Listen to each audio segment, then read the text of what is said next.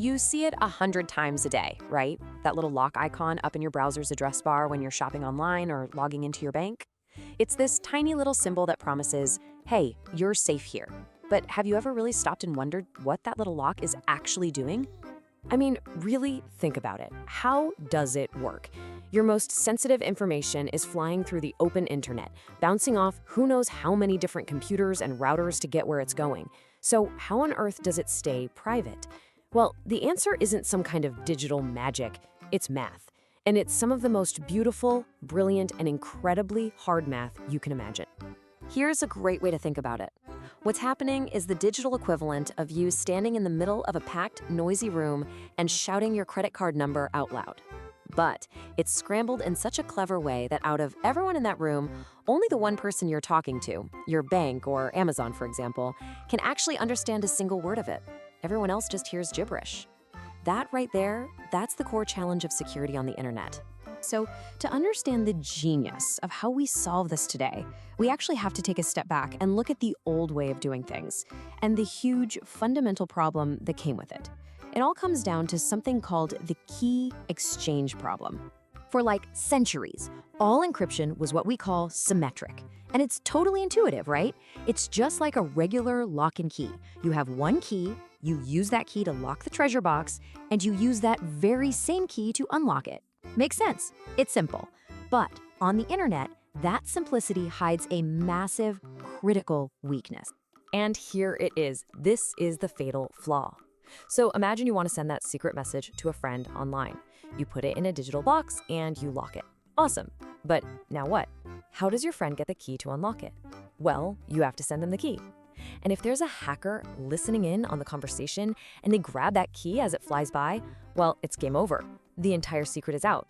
This whole system just falls apart when you have two people who have never met trying to talk securely online for the first time. Okay, so if sending one secret key is way too risky, what's the answer? Well, this is where things get really, really clever. Back in the 1970s, some brilliant mathematicians came up with this completely revolutionary, kind of counterintuitive idea. What if, instead of one key, we used two? The new idea is just brilliant, and this is the best way to picture it. Imagine you go out and you mass produce thousands of open padlocks, and then you just hand them out to everybody in the world. Anyone who wants to send you a secret message can just grab one of your open padlocks, put their message in a box, and snap it shut. But here's the magic trick. Once that padlock is locked, the only person on the entire planet who has the key to open it is you. So let's just put this side by side. The old way, symmetric encryption, used just one secret key to do everything. This new way, asymmetric encryption, uses two different keys that are mathematically linked. You've got a public key, that's your open padlock, that can only lock messages. And then you have a private key, which you never ever share with anyone, that can only unlock them. Just like that, the key exchange problem is completely solved. You never have to send a secret key across the internet ever again. So how is that even possible? How can you have a lock that anyone can close, but only you can open? It feels like magic, but it's not. It's a really clever mathematical idea called a one-way function. Think of it like a trapdoor. It's a process that's super easy to do in one direction, but nearly impossible to reverse and climb back out of. And at the heart of the most common type of this encryption, the one protecting you right now, called RSA, is this beautifully simple fact from grade school math. Multiplying two numbers together, that's easy. But taking a really big number and trying to figure out which two original numbers were multiplied to create it, that is incredibly hard. For instance, if I ask you, what's 17 times 23, you could probably figure it out pretty quickly, or just punch it into a calculator, and boom, 391, no sweat. That's the easy direction. But now, what if I flip it around? What if I just give you the number 391 and say, find the two prime numbers that multiply together to make this? Well, you'd have to start guessing, right? Is it 7 times something, 11, 13? It's much, much harder. That's our trapdoor. It's easy to fall through, but it's a real pain to climb back out. So how does this math problem become our digital lock? Okay, this is the genius part. That big final number, 391, that's your public key. You can literally shout it from the rooftops, post it on a billboard, it doesn't matter. But those two secret prime numbers that created it, 17 and 23, that's your private key.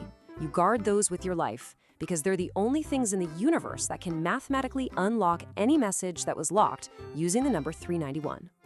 Now, of course, a modern computer could figure out the factors of 391 in a split second, but the real keys that are used to protect your banking information, they're not 3 digits long, they're more like 600 digits long. Yeah, just let that sink in for a second.